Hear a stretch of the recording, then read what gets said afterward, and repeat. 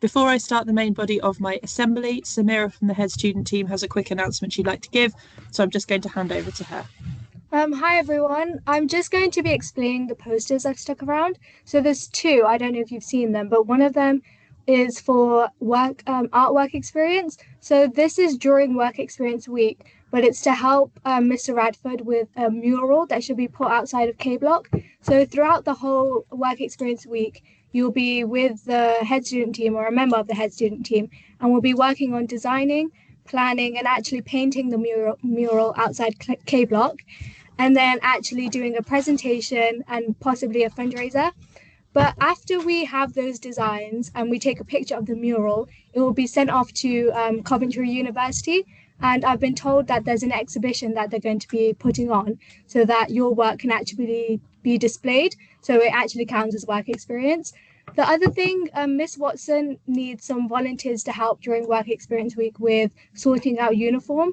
So every year she does a little uniform sale at the end of the year, and there's a lot of spare uniform. So if anybody is free, please can you email Miss Watson and tell her your availability to help. Thank you. So basically, if you don't have a work experience placement and you're struggling to find one, there are two opportunities within school that you can take up in order to fill your placement. So one, an art project, preparing and painting a mural, and the other one, a environmental project supporting with secondhand sales of school uniform. So reflect on that and follow Samira's instructions if you would like to move forward with either of those. Right then, I'm going to move on to the main body of my assembly, so I'm just going to share my screen and then we'll get started.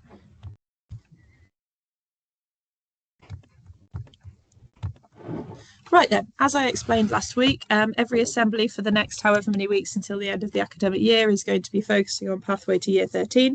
And the first thing I'd like to say is well done. I feel that since my assembly last week, the study spaces have become more focused, and a number of you have made some really, really sensible decisions about how to study. I also want to make it clear that there is no need to panic. So I'm aware some of you have felt quite panicked about predicted grades and about home study status next year. It is not the case that if you're caught speaking once in a study period, you won't have home study status, but we can't give home study status to anybody that we don't understand is capable of studying independently, and I'm sure you understand that. On the subject of predicted grades, the system simply is that we can't predict anyone any grades that we've not seen evidence they're capable of getting. And the reason for that is because of the way that UCAS works and the university predictions work, and because of our academic integrity.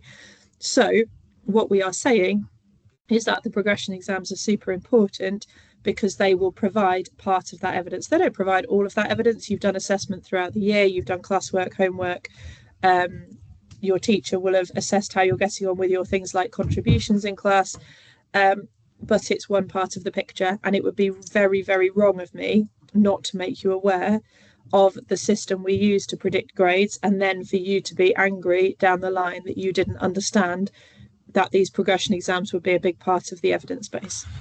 Okay, so hopefully that's cleared those things up. Right then, so today's assembly is about preparing for your progression exams and what you can be doing to get yourself as ready as possible.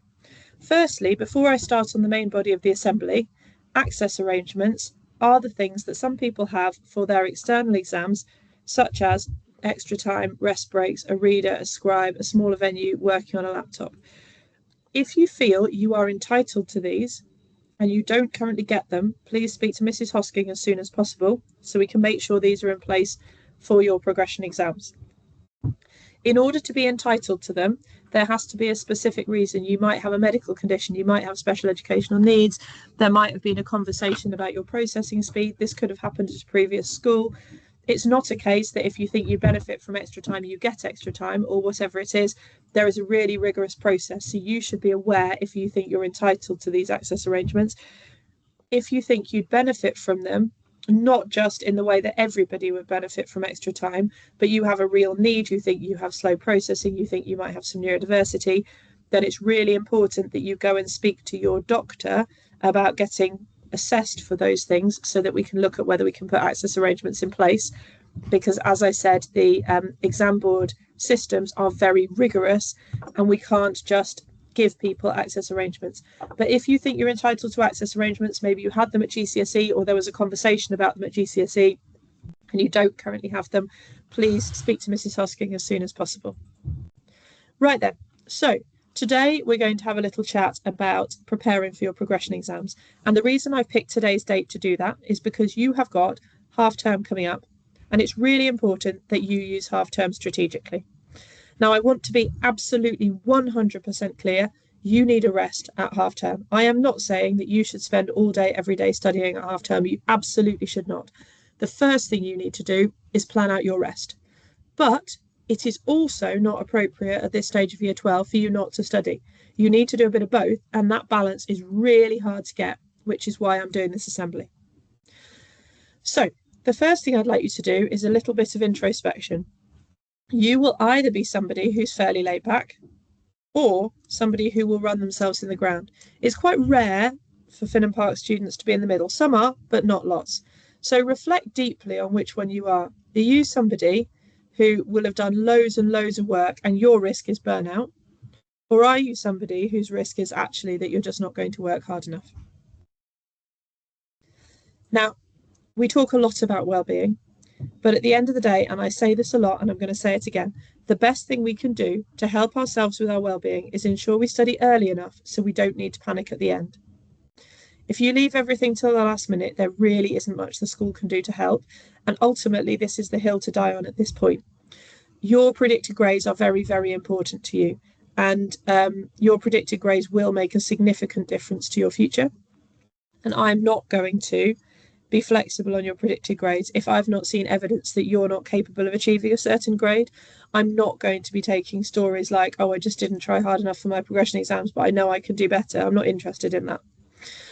The best thing you can do with your well-being is to study hard for your progression exams.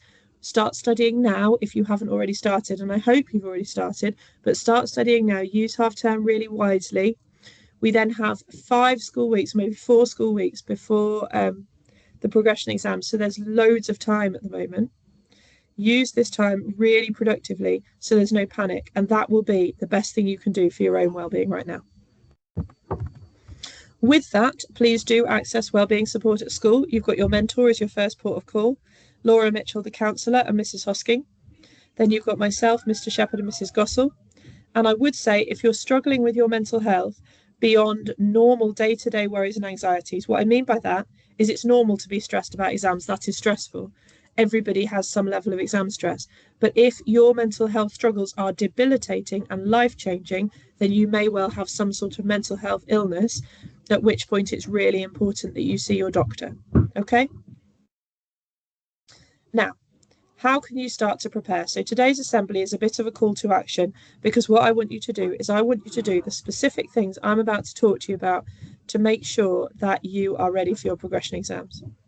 So firstly, and sorry, some of you, this will be really patronising, but the first thing to do is to make sure your basics are set up correctly. Do you have folders? Are they organised with file dividers? Now, I don't mind whether these are paper folders, electronic folders, or a mixture. You will know, depending on the subjects you do, whether or not paper or electronic is more appropriate, and either is fine. But do you have folders? Do you have a pile of loose sheets of paper on your bedroom floor that's not organised in any way? Do you have a load of files saved on your computer that are not organised at all? The first thing to do is to make sure that your work is organised so you can study from it. The second thing, and this is very important, do you have a topic list and copy of the specification so you can go through, and we'll talk about this in more detail in a minute, so you can go through and make sure that you know what you need to learn? Do you have any textbooks, resources, revision guides you need?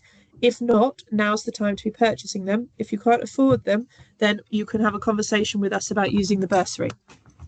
And do you have a quiet space to study? If you don't, I know some of you, for example, there's a baby at home, something like that. Remember, you can use Warwick and Coventry University libraries. You can't do that during the school day. You need to be here. But at 3:15, you can head to Coventry or Warwick University Library, use the quiet space. But the disclaimer with this, is that if you're going to be studying, say in your bedroom for a long period of time or wherever it is you study, Get somebody to check on you. We've all done that thing where we have a 5-minute break and suddenly it's 2 hours and we're watching some television or whatever it is. So please get somebody to check on you to hold you accountable, because right now accountability is super important. So you need to make a study plan, and you need to do that today or tomorrow before the half term. And I recommend, whatever your relationship with your parents, carers, or whoever you live with is, you put it up around your home for accountability, even if you have a slightly difficult relationship with people at home. Now, obviously, there are some caveats to that. If you have a very, very difficult relationship and this wouldn't be appropriate, you will know that. But for most of you, there will be someone in your home that you can ask to help you, hold you accountable, even if that's going to be difficult. The first thing to do with your study plan is put in appropriate breaks and be realistic. At half term, it is not realistic at all for you to be studying 10 hours a day. That's silly. You need some breaks. You need to see your friends. You might go out for lunch. Some of you go to the gym. Whatever it is that you do, you need to put that in first. But then you need to put in your study blocks. You need to think about how your family week fits around this and whether anything else needs to change. Some of you have childcare commitments for younger children in your family. Some of you have caring commitments for older members of your family. Some of you, your whole family go to a place of worship on a certain day.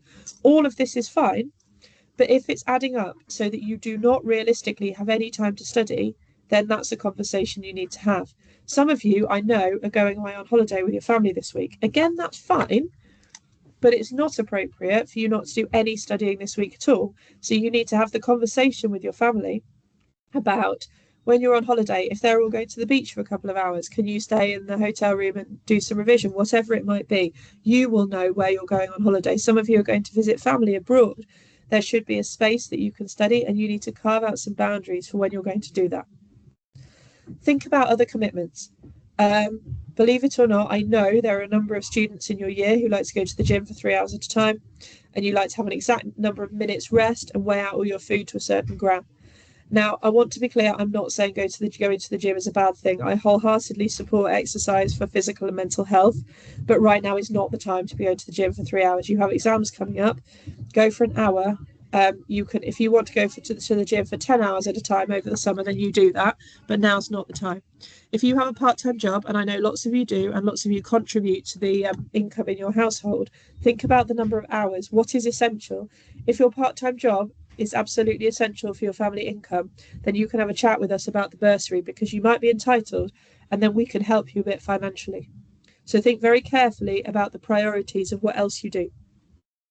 And think about how you're going to hold yourself accountable. If you study in your room, ask somebody to come and check on what you're doing. We've all been there where we have a study plan with great intentions. We get to day one, we break it, and it's out the window, and then the week's gone. And this week is really important that you don't do that. So have a conversation with somebody. If you don't have a good relationship with your family or your siblings or anyone else in your household, agree with your friends that you're going to text each other, send photos of the work you're doing, do an hour's work, and then have a WhatsApp video call with your friend to test each other for 20 minutes. Whatever it is, you need a plan for accountability, so that you don't end up switching off for long periods of time. Right, so now I'm going to give you some very, very specific instructions for how I recommend you revise. Firstly, when you make your study plan, space out different topics. There is a ton of evidence in educational psychology that it's not beneficial to cram one subject for several hours. What you need to do is you need to study a subject for, say, 45 minutes and then have a 15-minute break. That 15-minute break should not be using your phone. That 15-minute break should be going for a walk outside, getting some fresh air, having a healthy snack. It could be phoning a friend, and I appreciate that is your phone, but it's not doom scrolling. Phoning a friend to test each other, something like that. Now, step one, we've already talked about getting the specifications for all of your exams, all of your subjects. Go through them and rag each statement. By rag, I mean red, amber, green. Excuse me. If you understand it perfectly and you're like, if that came up in the exam tomorrow, I'm fine, that's green. If you don't have a clue, need to start again from scratch, that's red. And if it's in the middle, it's amber. Most of your subjects at the moment will be amber. There'll be some reds and some greens. And then what you need to do, and I love this phrase, is you need to eat your frog. What I mean by that is you need to plan out the worst topics. It is very common and very easy for students to revise the topics they already understand because that's easy, makes them feel good, and they're like, well, I've done 3 hours studying. But actually, you haven't really if you were already okay with those topics. You need to block out when you are going to study those red topics. So the first thing to do in your study plan, those red topics, put those in, spread them out throughout the weeks. And that will make you feel so much better. If you come back after half term and in each subject, 2 or 3 of your red areas are now amber or green, you will feel so much better. So eat your frog, use your specifications to do that. And if you're unsure, have a conversation with your teachers this week about which areas of the specification you are weakest at. Have a look back at the assessments you've done throughout the year. Which ones have you done worst in? Which ones did you feel you didn't really understand? And use this as a starting point to plan out your revision. When you do your study timetable, after you've studied a red topic, treat yourself by studying an amber topic because that'll feel a bit easier. And basically, be creative about planning out what subtopics you're going to study throughout the week. Half term is only a week. You are not realistically going to study all of your courses, but you can pick strategically a few subject areas that are a real problem for you, revise them, get them better, and then be in a really good position to feel better about where you're at after half term. Now, step 2, teach. So what I'd like you to do is I'd like you to have a study session at home where you go through your notes. You might read the textbook, you might watch YouTube videos. You will know exactly what works for you to revise content. But you revise content. If you're doing a mathsy, sciencey type subject, you might do practice questions. You might read the notes and then do some practice questions. You might look at some examples, do some practice questions. If you're looking at essay subjects, you might read through the content and then try an essay, something like that. But the evidence is overwhelming that teaching something is the best way to memorize it or improve your understanding. It doesn't matter who you're teaching. It can be your family members, it can be friends, it can be soft toys, it can be faces you draw on a mirror. It doesn't matter. But at the end of the day, if you have studied, say, 3 topics, take 15-20 minutes and literally stand and teach that topic to your family, to your friends, to your teddy bears, whatever it is. And the evidence is that that will make you understand it better and embed it in your long-term memory. You must have all been in the situation where you're talking a situation through with your friends. And suddenly, as you're talking, you're like, oh yeah, but that. We've all been there with life situations. And that is because teaching and explaining something brings you clarity that you would not get just by reading or writing. So this is essential. And with that, revisit content after a week, a month, and a term. So plan in between now and your progression exams. You've got just under 2 months. Plan in regular revisiting of topics, regular reteaching of topics to embed in your long-term memory. Speak to your peers. Obviously, you can't be doing a lot of teaching each other in school because we don't have like loud study spaces, but you certainly can stay and use the facilities after school. Plan in when you're going to teach each other all of this content. So, step 3, make visual aids of key knowledge. This could be cue cards, posters, spider diagrams. Now, I want to be absolutely clear. This is not the whole story. And what I don't want you to do is spend all of your revision time between now and the exams making cue cards. Every year, somebody spends all of their time making cue cards and then doesn't do very well and doesn't understand why. Cue cards, posters, and spider diagrams are great tools, but they are one tool of many. So please do everything that I've said, not just one thing. Now, this is the bit that is tough. Display these around your house, wherever your family go regularly, the fridge door, the bathroom cupboard, whatever it is, display these around your house and ask your family to test you casually as they go about their day. I'm going to be honest, you will hate this when it happens. It's stressful, it makes you feel like your family are interfering in your life, and it is not particularly nice. But regular and unexpected questions will help you commit this knowledge to memory.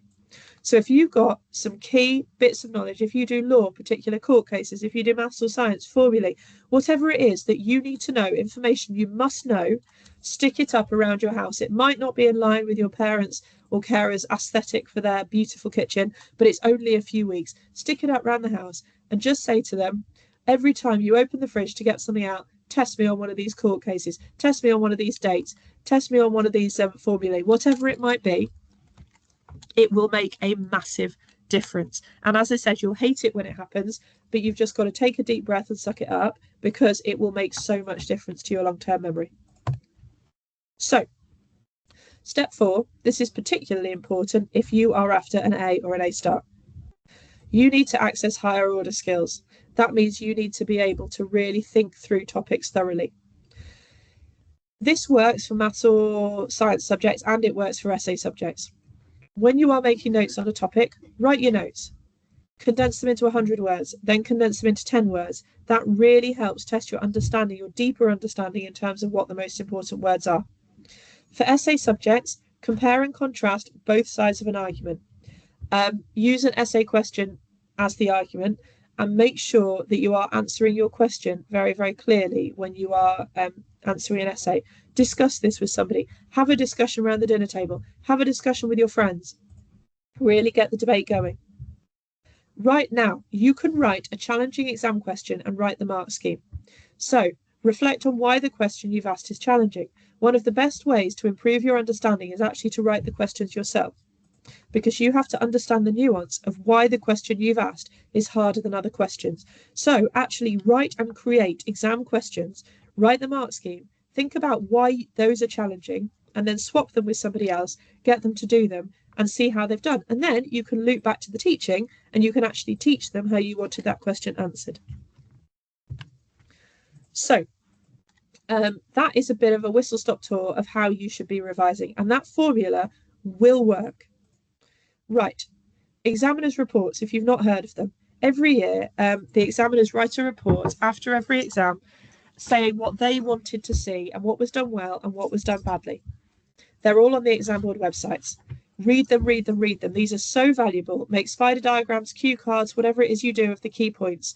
Go back through answers you have done. You will have done practice questions by now. Have a look at the answers you gave. Do you tick the points? Did you fall into traps? Go and rewrite your answer and make it better. Practice exam technique like you would train for a marathon. Little and often. Don't do a full paper all the time. One question every day, but do it to time. Proofread it properly. Practice your proofreading. So many of you lose silly marks because you make stupid mistakes. Look at the mark scheme one line at a time. Don't look at the mark scheme till you've finished the whole question. Make yourself proofread first. You will be surprised at the amount of ridiculous errors you make. And repeat questions you've already completed and try to improve them. There's something about making your brain go through the same thing again and again that will help your thought processes and your resilience really build. Now, I'm going to run out of time, so I probably won't be able to finish all of this. But finally, I'm going to talk about overcoming procrastination. Now, procrastination will happen. So, plan it. What will happen if you don't plan it is that you will be like, oh, I haven't planned my procrastination out. And then you'll break your study plan on the first day. And what you'll find is you'll then be so frustrated that your study plan will be out the window. So, set small goals. You know yourself. How long can you concentrate? In 20 minutes, I'll do this. Have short but regular breaks. Time your breaks. Do not allow a 5-minute break to become a 2-hour doom scroll. Time your breaks. Remove distractions as much as possible, and do a large task and then cross off a few small ones. Trust me, that makes a huge difference. Now, I'm not going to have time to go into phone use today, so I'm going to talk about that next assembly. But basically, you know as well as I do that having your phone next to you when you study is a huge distraction. So when you're studying over the holiday, lock it away, and I'm going to talk about it in more detail after half term. I hope that was helpful. I've recorded it. I'm going to send it home. Please spend some time this week thinking about your study plan. Please use half term effectively. You will regret it so much if you don't. And remember, we're saying this because we've got you back and we want you to succeed. Thank you. Have a really lovely week. Bye-bye.